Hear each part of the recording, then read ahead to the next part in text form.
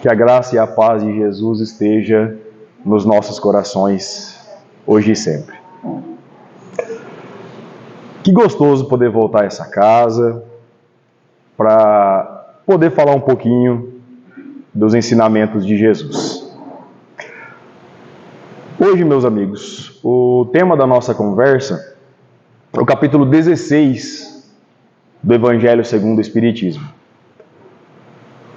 Não podeis servir a Deus e a Mamon. Olha que interessante. Não podeis servir a Deus e a Mamon. Deus, nós sabemos o que é. Questão 1 do Livro dos Espíritos. O que é Deus? Inteligência suprema, causa primária de todas as coisas. E Mamon? O que vem a ser Mamon para nós, dentro da nossa vida? Essa é uma discussão que a gente vai ter ao longo dessa conversa. Perceba que, se a gente for, e faço o convite para que vocês leiam depois esse capítulo, o capítulo 16, é um capítulo muito gostoso de ser lido. A leitura dele flui muito bem porque ele tem várias parábolas no meio. Não que os outros não tenham, mas ele tem várias parábolas no meio dele que tornam a leitura ainda mais gostosa que a dos outros capítulos. E quando a gente começa a ler esse capítulo, começa-se a entender que Mamon é sinônimo de dinheiro no primeiro momento. E aí a gente começa a ficar meio desconfortável. Porque, olha o título, servir a Deus ou a Mamon?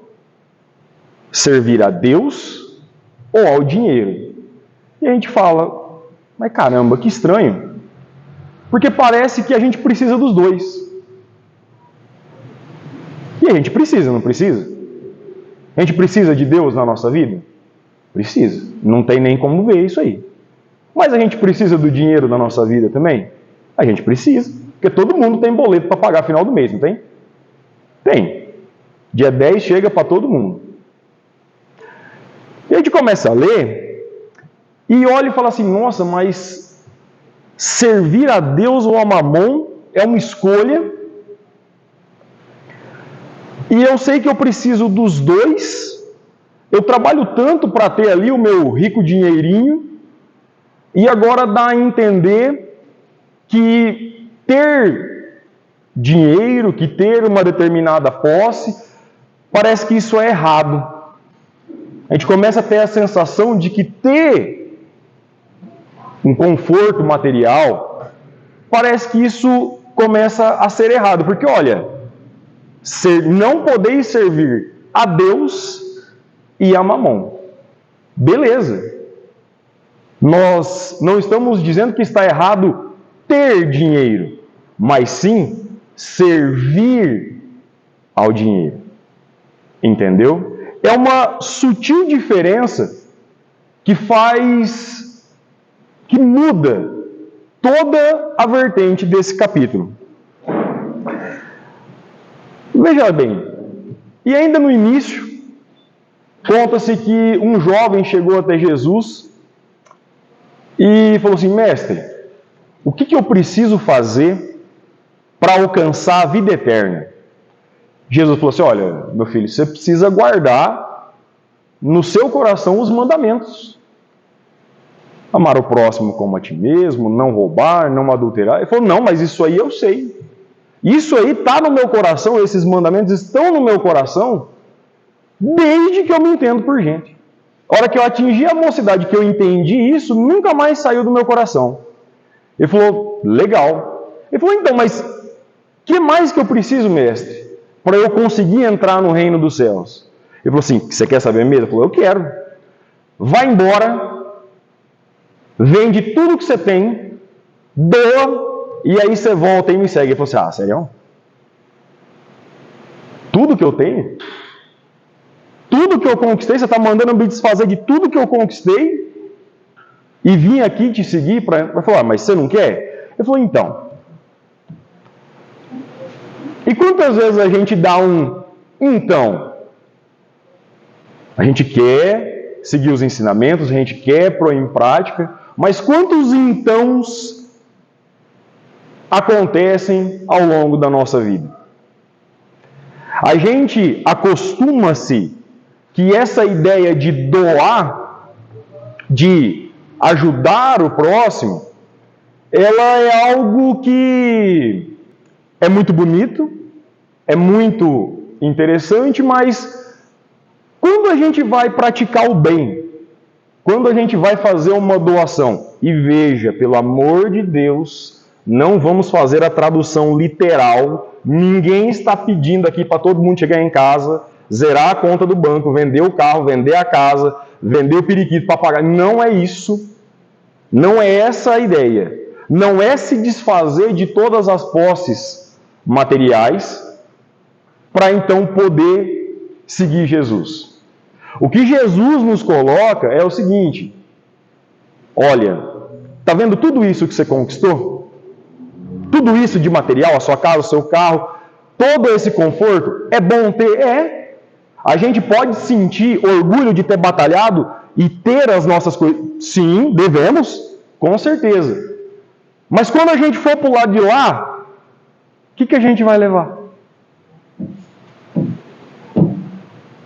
Disso que é material, nada. O que a gente leva para o lado de lá? O que a gente aprendeu. O bem que a gente fez. Isso a gente leva. Então, o que Jesus quis dizer para nós nesse momento foi: olha, tem as suas coisas, tudo bem, mas também dê valor ao espírito, dê valor ao aprendizado, dê valor ao conhecimento, ao seu melhoramento espiritual. Já viu aquele ditado, caixão não tem gaveta? É mais ou menos isso. Porque esse jovem, qual foi o calcanhar de Aquiles dele? Os ensinamentos ele tinha, ele sabia tudo, de cor salteado, de frente para trás, de frente, sabia tudo. Mas está faltando o mestre. Ele falou: tá, quer que eu te falo? Vai lá e vende, se desfaz de tudo e aí você volta. Vai, não.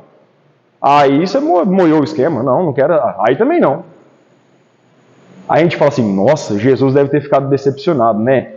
Não, se Jesus falasse para mim fazer isso, nós não fazia do mesmo jeito. A gente não faria do mesmo jeito. Porque nós somos apegados às coisas materiais. E vou dar um exemplo lindo que todo mundo vai entender agora. Esse centro, em especial, tem uma prática que é muito bonita. Na época do frio, o pessoal coloca roupas de frio ali fora, não é isso? E quem precisa, chega ali e pega, não é assim? Não estou falando, é isso mesmo, né? O varal solidário. E fica lá, não fica? Aí a gente chega aqui, vê aquela coisa e fala: a gente chega aqui todo agasalhado e fala: eu preciso contribuir de alguma coisa. A gente chega em casa, abre o guarda-roupa. Tem roupa ali que tem até mofo. Roupa, principalmente gente que é homem, tem roupa ali da 5ª série. A camiseta do 9º ano está guardada lá ainda, do 3º colegial está guardada. Mas a gente tem apego. Eu não, isso aqui é época boa da minha vida, eu preciso guardar isso aqui. Você quer ver a gente que é meio gordinho? A gente olha a camisa e fala assim: não, mas se eu emagrecer uns 2 quilinhos, ela cabe. Não ri não, porque é verdade. É ou não é? Isso é mal dos gordinhos. Isso aí eu falo com esse. A gente vai falar assim: se eu perder mais 2 quilinhos, ela cabe. Não vou comprar outra não. E fica lá, e a gente não doa, a traça acaba comendo a camiseta, se perde, mas a gente não doa. E tá lá.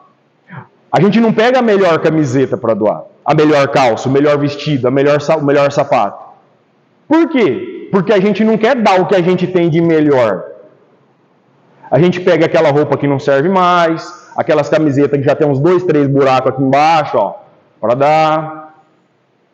A gente se desfaz da questão: não me serve mais, já usei, agora eu vou passar para frente, com muita dor no coração ainda. Aí que a gente passa, meio que por um desencargo de consciência. Você, não tem mais jeito mesmo? Aquela camiseta, como diria minha mãe, se a gente não vai, ela já vai sozinha, sabe o caminho. E é isso, olha que apego. O que Jesus nos mostra nessa primeira parte é justamente isso, é o apego às coisas materiais.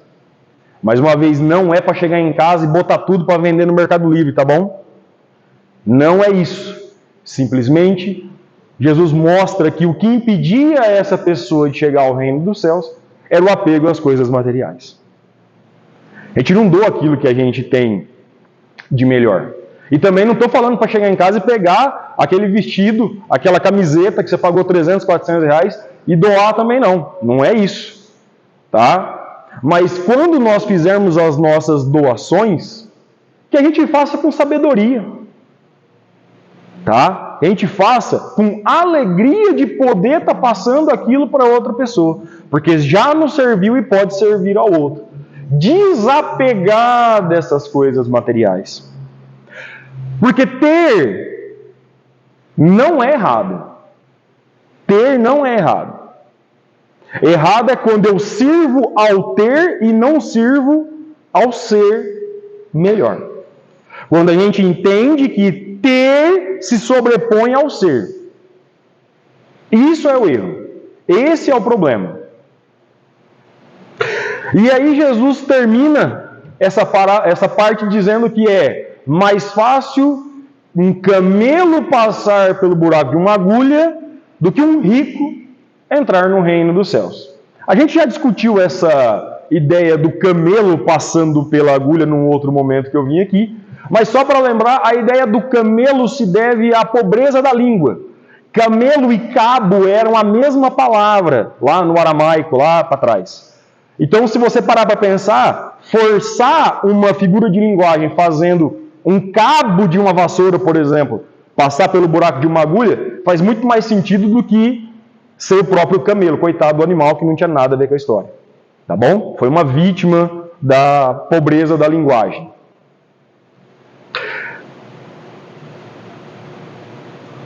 Mas eu vim aqui para te dar um presente. Vou falar que nem a colega, o seu carta não sabia que eu ia falar isso. Imagina, vamos fazer com umas crianças, de brincadeirinha, imagina que hoje, a hora que você chegou, ao invés da mensagem, eu te dei um cheque em branco. Finge que tem fundo, se eu tivesse dado. Tudo bem? Um cheque em branco. Está assinado e você vai preencher com o valor que você quiser. Não pensa baixo não, tá bom? Não pensa, R$2.000. Não pensa R$2.000 não. Pensa alto. Sonhar é mentirinha mesmo, não tem problema. Pensa aí no valor que você acha que resolveria a tua vida e multiplica por 100. Preenche esse cheque. Preencheu comigo na imaginação? Todo mundo está pensando num valor na casa dos 10 milhões, mais ou menos. Certo? Pensou no carro que você ia comprar, pensou que você ia quitar a casa. A pergunta que eu te faço é, hoje não dá para você fazer nada com o cheque porque você não vai descontar ele, o banco está fechado. Suponha que amanhã, 10 da manhã, você vai no banco e desconta esse cheque. Cai na sua conta. Esse rico dinheirinho. Olha como é que vocês estão com sorriso no rosto. Tudo sonhando, olha só. Vai? Como é que a gente faz vocês felizes fácil, tá vendo? Olha lá, ó. Tá vendo? A brincadeirinha tá todo mundo. Olha lá, tá vendo? Qual é a primeira coisa que você faria? Não precisa responder, não. E não vem com essa conversa, não, eu doaria para os pobres. Você era pobre até hoje. Amanhã você já não vai ser mais, vai doar nada. O que você vai fazer? Pensa aí. Pedir as contas. Tirar o nome do Serasa. Falar umas verdades na cara do patrão, que não vai ser mais patrão. Comprar um carro. E é sextou para todo mundo amanhã. É ou não é?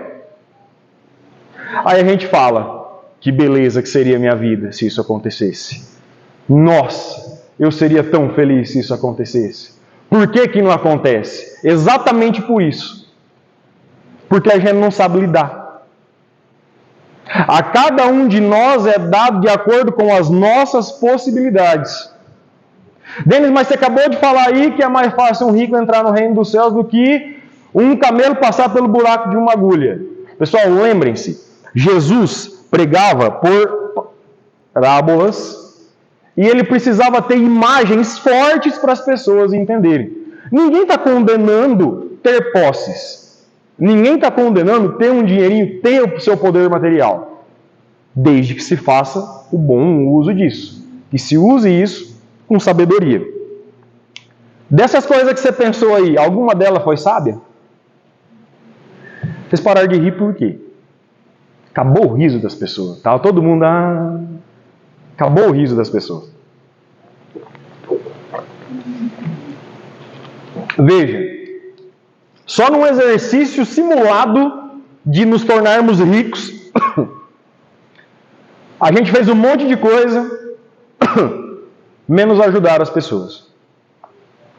E isso é condenado. Perdão. E aí, no segundo passo desse capítulo, Jesus fala assim, olha, guardai-vos da avareza. Avareza é ser, no nosso linguajar popular, é o famoso munheca, mão de vaca. Entendeu? Aquele cara que pode pôr ali um eno na mão e atravessar o rio nadando, chega do lado de lá, o eno está ali ainda. Entendeu?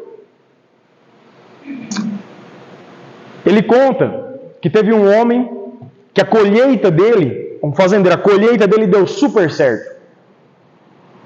Deu muito mais do que ele esperava. E chegou ao ponto dele não ter ali o celeiro, a tuia, para guardar. Ele falou, rapaz, o que eu vou fazer agora? Deu certo a colheita, eu não tenho onde guardar. Ele falou, quer saber de uma coisa? Vou desmanchar esses celeiros, eu vou fazer celeiros maiores, vou guardar tudo, porque aí eu vou ficar o resto da vida, sombra e água fresca. Vou ficar tranquilo, não vou precisar mais trabalhar. E fez. Fez os silos, guardou tudo, ou seja, ele tinha ali a sua riqueza, ele guardou tudo e falou, agora eu não trabalho mais. No outro dia, Deus o chamou. Ele passou do plano material para o plano espiritual. E caixão não tem gaveta. Aí você vai olhar, nossa, Dani, mas que triste, coitado do cara, a hora que deu certo o negócio, ele... Mas qual que é o sentido disso tudo? Primeiro, guardou para depois. E a gente gosta de fazer isso. Como que é o nosso guardar para depois? Não, quando eu formar, quando eu conseguir um emprego, quando acabar a faculdade, quando eu aposentar, e sempre tem um quando depois. Para esse cara, o quando não chegou. O depois não chegou. Do que adiantou? Ter tudo isso, veja, ele acumulou essa riqueza. E era mérito dele. Mas ela se tornou uma riqueza improdutiva. Que não agregava mais para ele. Por que ele falou? Eu não trabalho mais.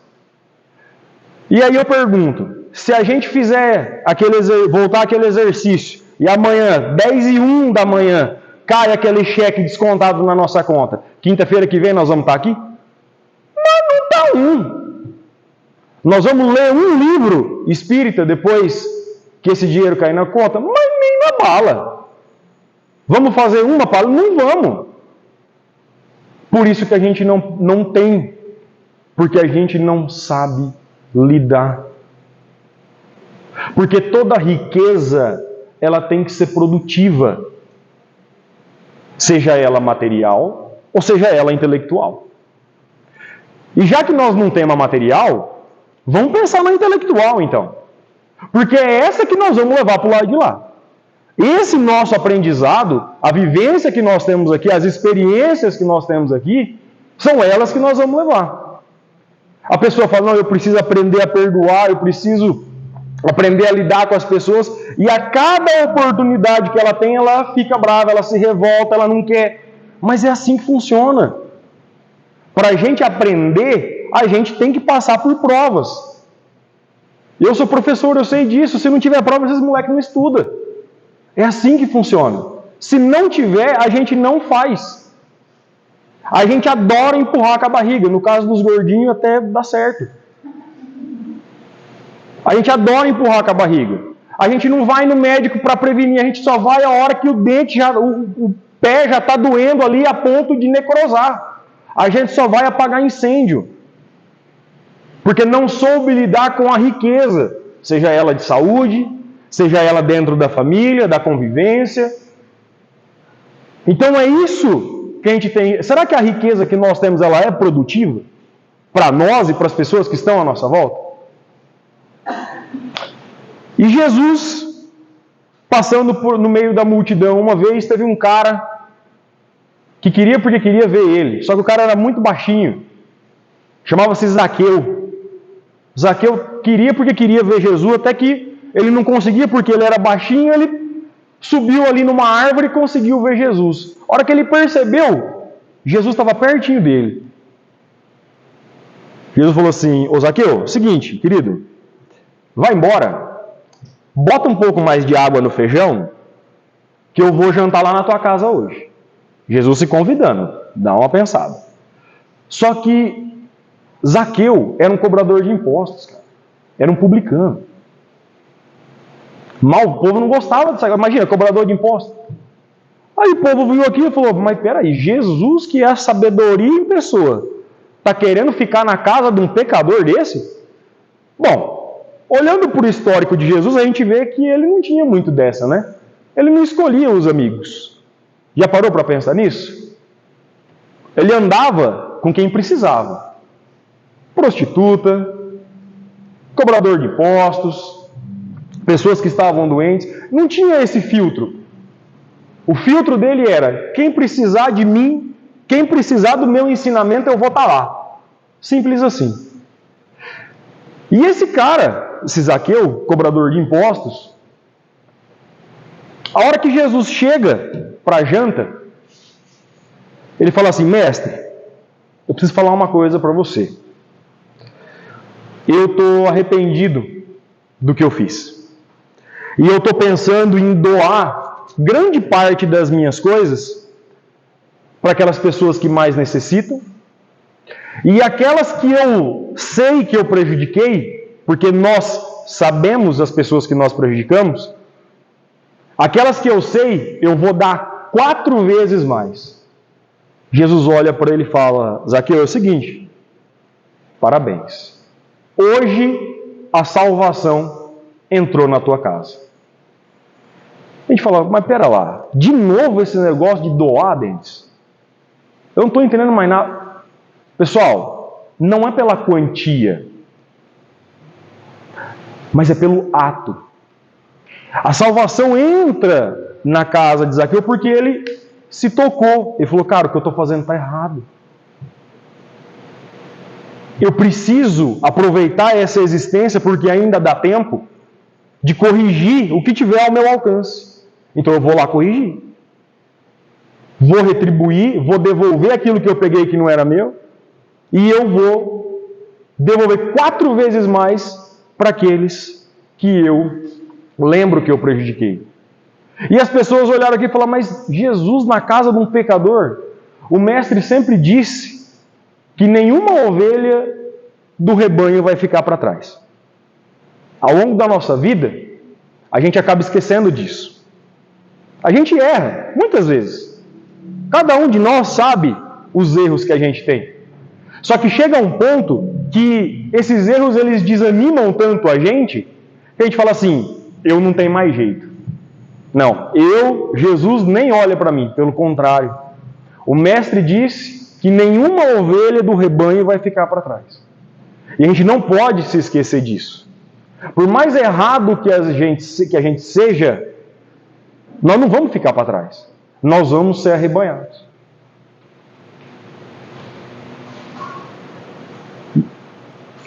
Não foi o fato de doar, mas foi a ideia que tocou o coração de Zaqueu naquele momento.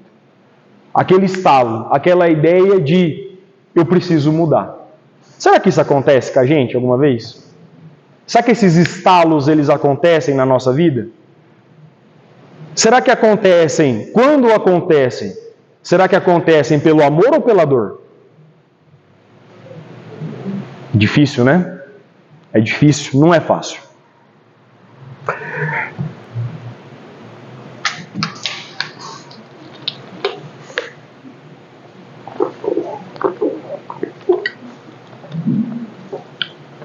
Veja, lembra que eu disse que tinha várias parábolas nesse capítulo? Olha como que ele é gostoso até de ser contado. Conta-se ainda que havia um outro homem chamado Lázaro, jogado para as ruas, cheio de feridas, vivia perto da casa de um rico, doidão para comer as migalhas que caíam da mesa e elas não eram dadas para ele. Acontece então que os dois morrem e conta-se que Lázaro é levado ao seio de Abraão e esse rico é levado para os tormentos do inferno. Então, em um dos momentos mais difíceis das suas provações, ele olha para cima e vê Lázaro no seio de Abraão e suplica a Abraão que permita que Lázaro molhe a pontas dos dedos para que ele possa, então, saciar um pouco da sede naquele tormento. E Abraão fala, vai não.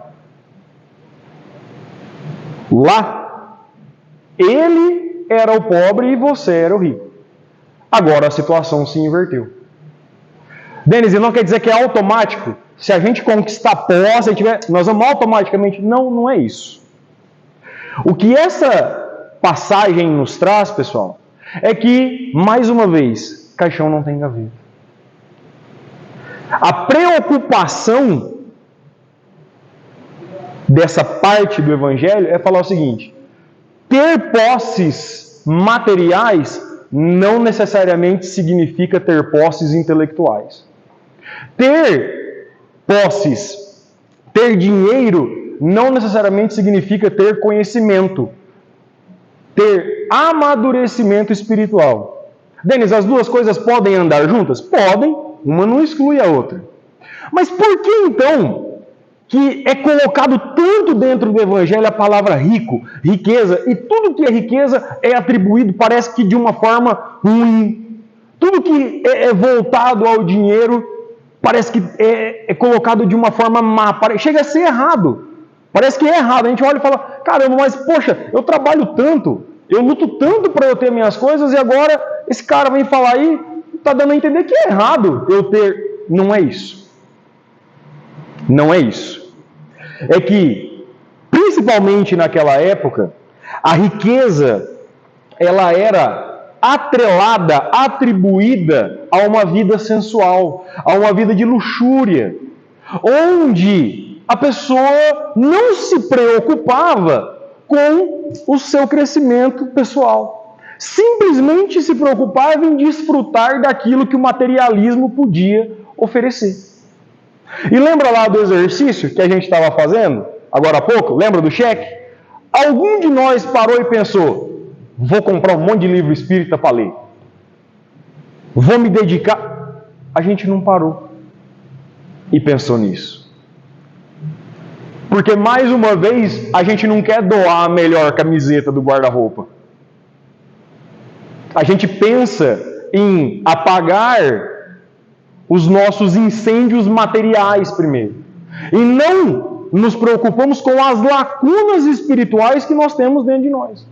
Com quanto nós temos que aprender ainda nessa existência para poder seguir. E é duro, e somos todos nós assim. Estamos todo mundo nesse lindo planetinha azul, porque nós estamos todo mundo no mesmo barco. Às vezes uma quirelinha a mais, uma quirelinha a menos, mas isso é unânime. Você já ouviu falar da parábola dos talentos? Já? Lembra da parábola dos talentos? Já ouviu falar? Presta atenção. Tinha um senhor, um fazendeiro, resolveu tirar umas férias. Aí ele resolveu tirar umas férias, chamou 3 subordinados dele e falou assim: vem cá, para você eu estou dando 1 talento, para você eu estou dando 3 e para você eu estou dando 5.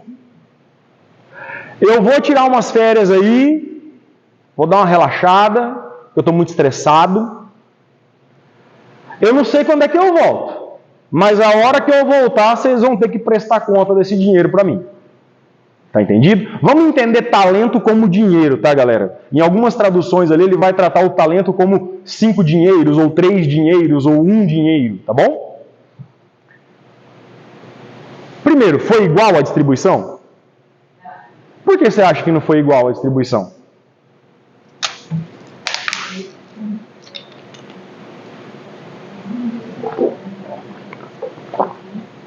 Pode falar um de cada vez, que se falar todo mundo junto eu não vou entender.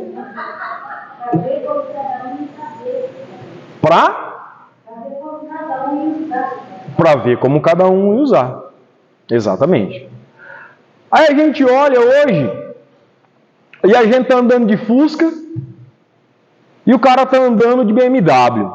A gente fala assim, eu sou o cara do primeiro talento. E ele é o cara do quinto. A gente continua lendo a parábola. O cara do 5º talento, com 5 talentos, ele vai, ele investe, ele trabalha em cima desses talentos, consegue mais 5. O cara com 3, trabalha, consegue mais 3. O que tem 1, fica com medo. Arregou. E ele enterra esse talento. Ele guarda. Sabe que nem o povo antigo que enterrava as coisas? Ele enterra. Quando o senhor volta, o fazendeiro volta e fala: e aí, galera, vamos passar a régua? O primeiro, 5 talentos, chega com 10. Fala: o senhor me confiou 5, eu estou trazendo mais 5. Ele fala: você é um cara bom. Parabéns. Eu te dei 5, você conseguiu dobrar. Tenho certeza que você se esforçou. Agora você está pronto para eu te confiar coisas mais difíceis. Coisas mais pesadas agora. Mais talentos. Para o que tinha 3 talentos, a mesma coisa. Ele chega com 6 e fala assim: você é um servo bom também. Você também conseguiu dobrar o que eu te dei. Gostei de você. Você tem condição agora de ir para um outro nível. Aí chega o cara do 1. Tinha dado 1 talento. Falou assim: eu sei que o senhor é meio bravo aí, fiquei com medo de perder. Vai que eu perdia esse talento. Aí eu enterrei. Mas tá aqui, Aí a gente fala assim: pelo menos o senhor não ganhou, mas pelo menos não perdeu. Que a gente faz umas caquinhas e a gente fica procurando soluções dentro da gente para justificar. Nós somos tão bom mentiroso que a gente quer mentir para a gente mesmo e acredita. Ele fala: mas cara, o tempo que eu fiquei fora, você me volta com a mesma coisa que eu te dei? Você está louco? No mínimo, você tinha que ter ido colocar isso aqui no banco para render juro. Era o mínimo que você tinha que ter feito. Em você eu não posso confiar mais. Pessoal, cada um, primeiro, entende porque cada um recebe de um jeito? Cada um recebe uma quantia? Porque cada um soube lidar com aquela quantidade que lhe foi entregue. E assim é para nós aqui. Nos é dada uma quantidade que a gente sabe lidar. Não é que a gente deva se contentar, que a gente não possa batalhar para aumentar o nosso patrimônio, ter um conforto material. Não é isso. A gente deve, que foi a mesma coisa que os 2 primeiros servos fizeram. Com muito suor, conseguiram ali dobrar. Não tem problema. Mas, na maioria das vezes, a gente se acovarda. Na primeira prova, a gente abre o bocão no mundo chorar. E reclama. Gente que gosta de reclamar, somos nós. Se chove, nós reclama porque a roupa estava no varal, molhou a roupa que era para ter secado, você precisa da roupa para trabalhar no outro dia. Se está seco, é porque a roupa estava molhada no varal, passou o vento de poeira, sujou toda a roupa, vai ter que lavar de novo. A gente sempre arruma um motivo para reclamar. Só que a gente não sabe lidar com o talento que nos foi dado. Então, enquanto a gente não procurar lidar com esse talento, o cara que ganhou 1 vai continuar ganhando 1. Não adianta o cara que ganhou 1. Imagina se ele invertesse a situação. Se ele desse 5 talentos para o primeiro, ele ia ter enterrado os 5. E não ia ter frutificado. Lembra? Ia ser uma riqueza improdutiva. Denis, então por que tem no mundo? Por que tem riqueza no mundo? Já que você está aí falando, e o Evangelho toda hora fica ali fazendo um paralelo de riqueza com uma coisa que parece que não é muito boa, o Evangelho também explica. Justamente para que aconteça o que aconteceu durante esta parábola. A riqueza é um instrumento da providência divina.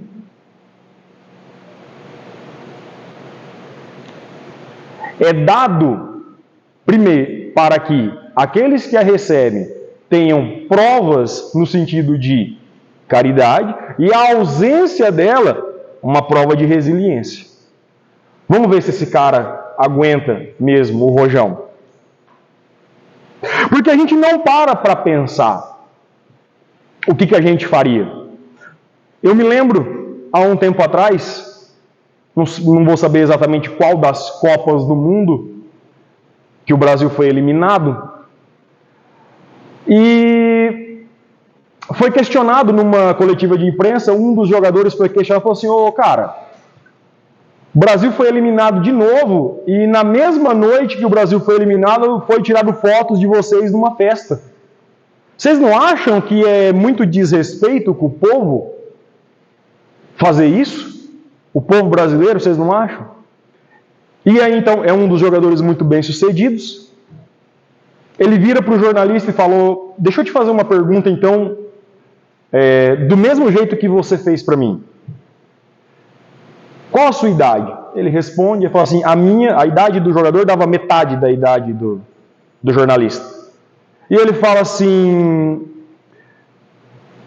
o jogador falando para o jornalista, fala assim, imagina você, na minha idade, tendo tudo que eu tenho, você teria a maturidade que eu tenho para aguentar perder uma Copa? Você teria a maturidade para lidar com tudo o que eu lido e ainda assim poder ir numa festa? E aquilo, não sou muito fã de futebol, mas aquilo foi uma reflexão que eu trouxe. E falei, em um momento ela vai ser oportuna de ser compartilhada. Porque eu me coloquei naquela situação. Eu falei, cara, eu no lugar dele eu não sei se eu teria. Com 20 anos, eu não sei, tendo uma riqueza ali que daria pro filho, pro neto, pro bisneto passar a vida sossegada, eu não sei se eu teria maturidade para lidar. E o que essa parábola dos talentos ela mostra é justamente isso.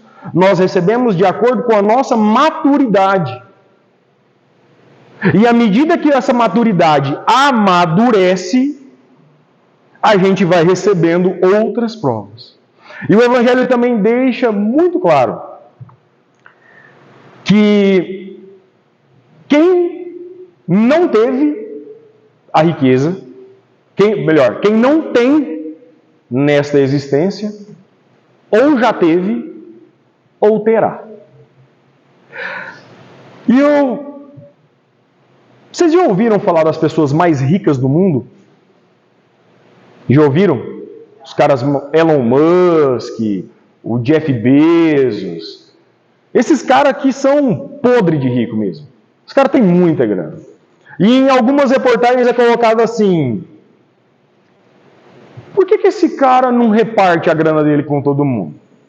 A grana desse cara dava para acabar com a fome no mundo. E o Evangelho também traz uma passagem que fala exatamente sobre isso.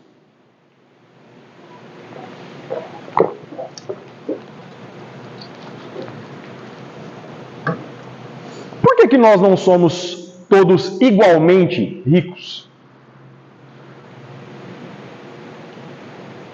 Os talentos foram dados de formas iguais? Não. Sabe por quê?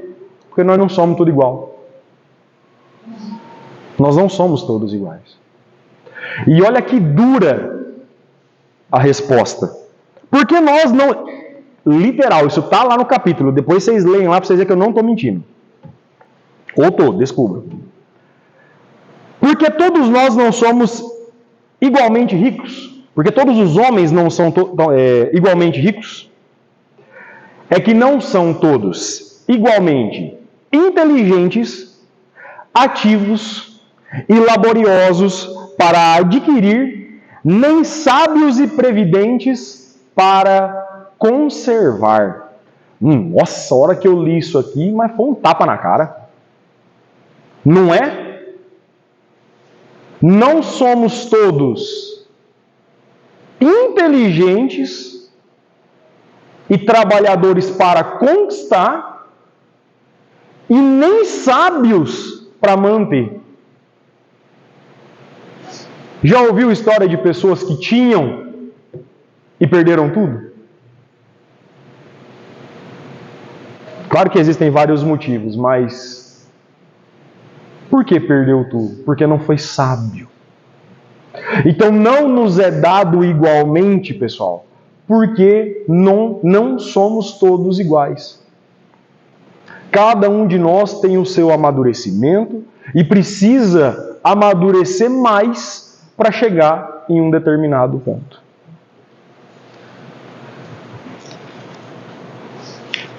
Vocês jantaram antes de vir na palestra? Vocês jantaram? Sério mesmo? Não? Não, é que eu pergunto porque chega esse momento da palestra, o pessoal já vai dando uma...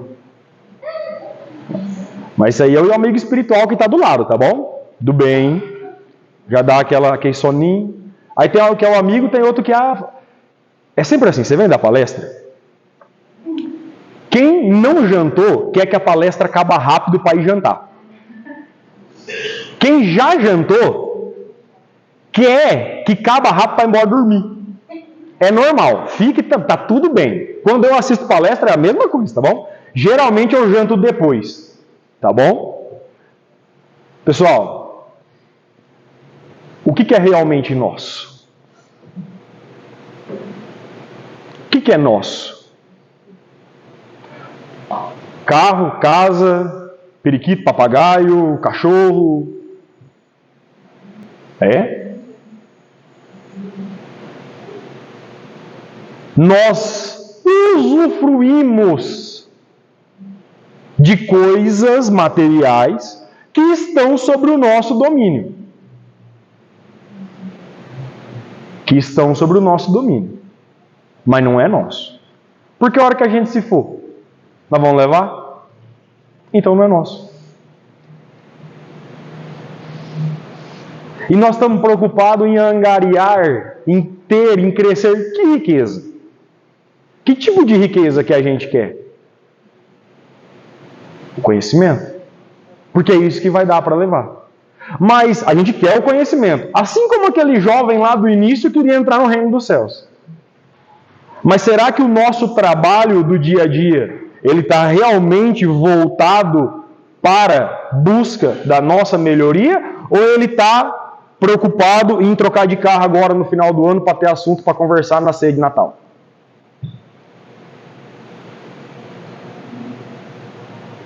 Entende? O que é nosso? O Evangelho também responde. Nada que se destina ao uso do corpo. tudo o que se destina ao uso da alma. Porque é isso que a gente vai levar. Nosso mesmo,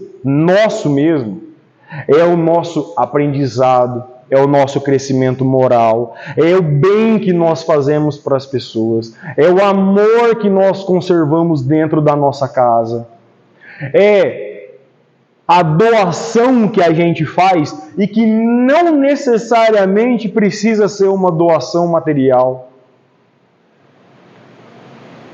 Pode ser uma doação do nosso tempo. Pode ser ouvir alguém que precisa ser ouvido. Pode ser dar um abraço. Pode ser fazer uma oração.